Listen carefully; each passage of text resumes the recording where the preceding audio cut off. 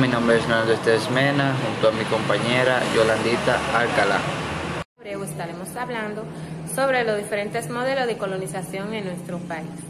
Tras el descubrimiento de América por Colón en 1942, se inició una serie de expediciones sufragadas por comerciantes y banqueros, las cuales fueron autorizadas por los reyes católicos para reclutar un ejército y conquistadores de un territorio determinado.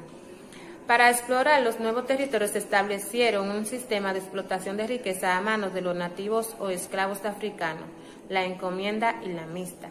A comienzos del siglo XVI, solo la isla del Caribe pertenecía a España.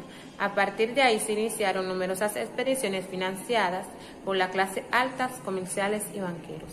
Para intentar dominar nuevos territorios en el interior del continente, los conquistadores debían obtener la autorización de los reyes católicos para reclutar aquel ejército. Los encargados de llevar aquella labor fueron los misioneros de las distintas órdenes religiosas, algunos de los cuales acompañados por conquistadores desde las primeras incursiones. Además de cristianizar a los indígenas, los misioneros les transmitían las culturas occidentales.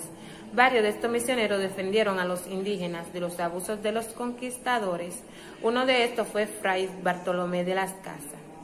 El tamaño exacto de la población indígena en la isla era de 1492, nunca ha sido determinada, pero los observadores de la época dieron estimados que varían desde miles hasta varios millones.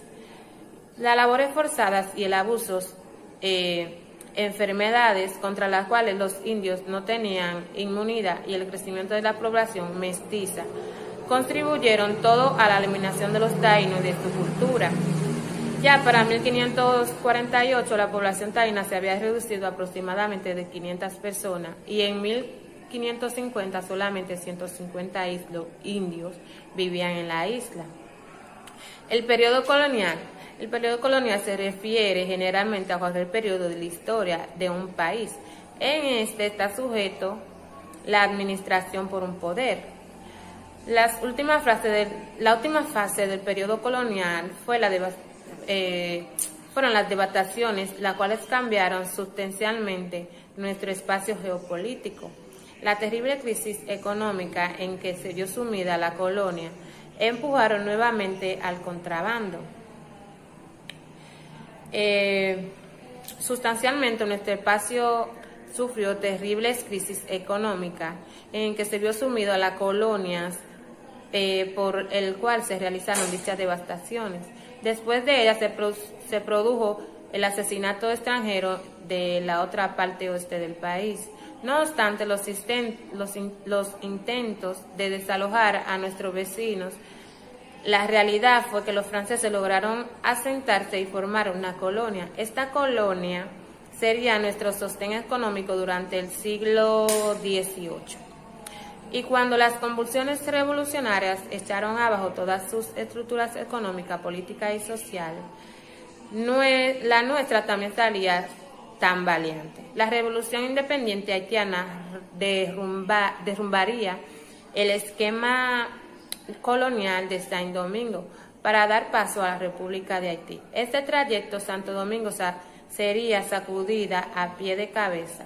Perdería su principal mercado, pero también dejaría de ser colonia española, para pasar a ser dominio francés. Cuando España firmó el Tratado de Brasilia en 1975, la misma se encontraba ubicada geográficamente en la parte norte y sur de la isla. Mediante este acuerdo, la española logra recuperar la posesión perdida de la península a cambio de la cesión de las colonias de Saint Domingue. El estado y la inestabilidad en que se encontraba Saint Domingue desde el inicio de la rebelión de los esclavos en agosto de 1791. Esta dilató la toma de posesión por la parte occidental de la isla del país.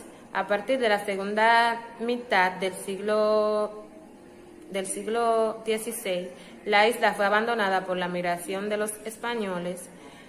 En las provincias españolas de Santo Domingo, los esclavos nunca fueron la mayoría de la población, por el máximo ratio de 2 a 10, es decir, en su tiempo de apogeo solo 2 de cada 10 personas eran esclavos, y de los 8 restantes, 4 eran blancos y 4 eran gente libre, de color, en esencia mulatos. La esclavitud desde tiempos antiguos fue la manera más común de adquirir mano de obra barata para el desarrollo económico de las sociedades. Con la conquista de los pueblos americanos se introdujo un importante número de esclavos africanos. Las nuevas colonias y la Nueva España llegaron principalmente a suplir la mano de obra indígena que había quedado diezmandada en gran medida por las enfermedades y el maltrato al que fueron sometidos en una primera etapa. Posteriormente a la conquista, los esclavos fueron traídos a trabajar en haciendas agrícolas y ganaderas, en los ingenios, en los talleres gremiales, en el servicio doméstico y, por supuesto, en las minas. Aboliciones. En el Caribe, como en el resto del mundo, el siglo XIX fue el de las aboliciones para las principales potencias coloniales del Caribe, que en aquel momento eran Inglaterra, Francia, España. La abolición significaba un desafío económico, social y político de gran importancia. La marcha hacia la abolición, aunque inexorable, es un fenómeno caótico y complejo que resulta de las convergencias y de la confluencia de varios factores ligados tanto a las evoluciones propias de cada uno de los territorios caribeños, a la metrópolis, como a las relaciones entre diferentes áreas.